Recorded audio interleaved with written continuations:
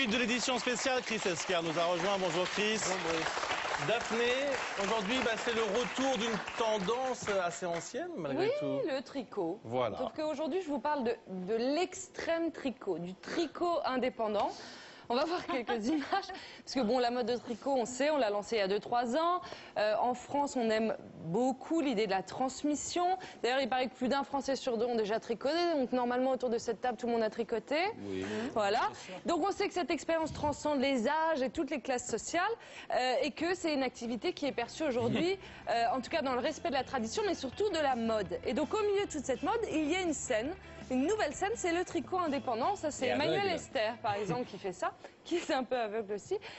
Regardez, on va regarder d'autres images, puisque l'artisanat extrême, ça touche plein de choses. Vous allez voir, donc ça par exemple, c'est un cerveau tricoté par Karen Norberg, mais il y a aussi voilà, le tricot de moto, le char par Teresa Honeywell. Il y a aussi le gang des Nita, qui est fameux, ce gang de tricoteuses américaines qui font du street tricot, on va dire, qui veulent un petit peu mettre un peu de chaleur dans la ville.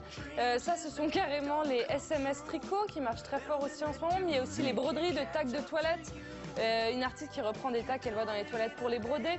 Enfin, ce que vous venez de voir, c'est ce qu'il y a donc de plus pointu. Et d'ailleurs, tout ne se porte pas. Le tricot, c'est fort quand même. Mais il y a un nouveau concept qui allie justement la mode, la tradition et le fun. On va voir quelques images. Ça s'appelle Wool and the Gang. Donc, jeu de mots, wool c'est la laine, cool and the gang. Tout le monde a compris? Oui. Alors ça, c'est une histoire de famille. C'est la rencontre de Lisa Sabrier et de Caroline Main. Elles ont lancé cette histoire. Elles avaient pour projet de faire revivre la laine, mais sous un nouvel aspect afin de ne plus effrayer justement avec les codes un peu mamie du tricot.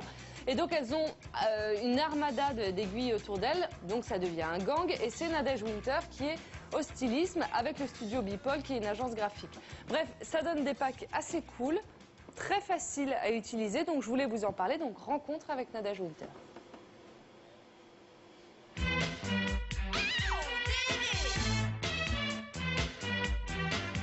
Je suis triste, c'est un coming out du tricot, ça je tiens à le dire. C'est que depuis que j'en parle, j'ai des révélations autour de moi de filles qui tricotaient dans des caves ou je ne sais pas, tu vois, en style. Oui, c'est vrai que c'était un truc pas très assumé avant de faire du tricot. Carrément, et là il y a le coming out, donc les filles tricotent, elles vont pouvoir se révéler à tout ça. Je pense qu'au premier rang des prochains défilés de mode, nous allons voir les grandes chefs de tous les magazines en train de tricoter de la grosse maille. Elle a quand même un truc un peu cool, cette maille, c'est qu'elle est épaisse. Elle est très épaisse, elle est très grosse. En fait, on la trouve pas encore en France. Elle existe à New York. Mais c'était notre première maille Crazy Sexy Wool qu'on avait envie de lancer pour montrer que ça pouvait être facile et rapide de tricoter. Donc c'est vraiment cette idée de repartir aux valeurs traditionnelles, super simples, d'arriver à faire les choses soi-même, de pouvoir les offrir et de pouvoir aussi prendre du plaisir et en rire, pas se prendre trop au sérieux. Et donc l'idée c'était de ne plus effrayer avec Mamie Tricot et tu vois, genre voilà... Le point super compliqué. Le point super compliqué, la laine super laide, les modèles super moches et tout ça. Et de se dire que tiens, on pouvait rigoler, ça pouvait aller vite, ça pouvait être funky, easy et tout.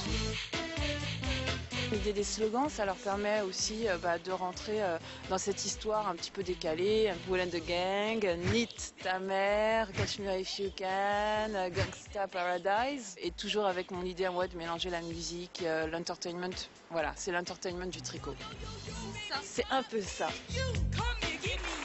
Est-ce que vous vous y êtes mise un peu quand même? Bon, bref, ce que je voulais vous dire, c'est que, par exemple, Knit ta mère, vous avez compris le jeu de mots. Kniter, c'est donc tricoter, donc tricote ta mère. Bref, vous voyez la taille des aiguilles, c'est fait pour les débiles. Donc c'est très pratique, c'est vrai pour nous, quoi. Vous pouvez les trouver sur le site de vente en ligne. En tout cas, je vous ai mis tous les liens sur le site de Canal+. C'est quoi ce petit bracelet là que vous portez? Ah, mon petit bracelet, c'est juste qu'aujourd'hui, c'est la journée de la lutte contre le sida, donc on peut toujours porter le petit ruban. Moi, je porte celui de Redline et tout est reversé à la lutte contre le sida. Merci beaucoup.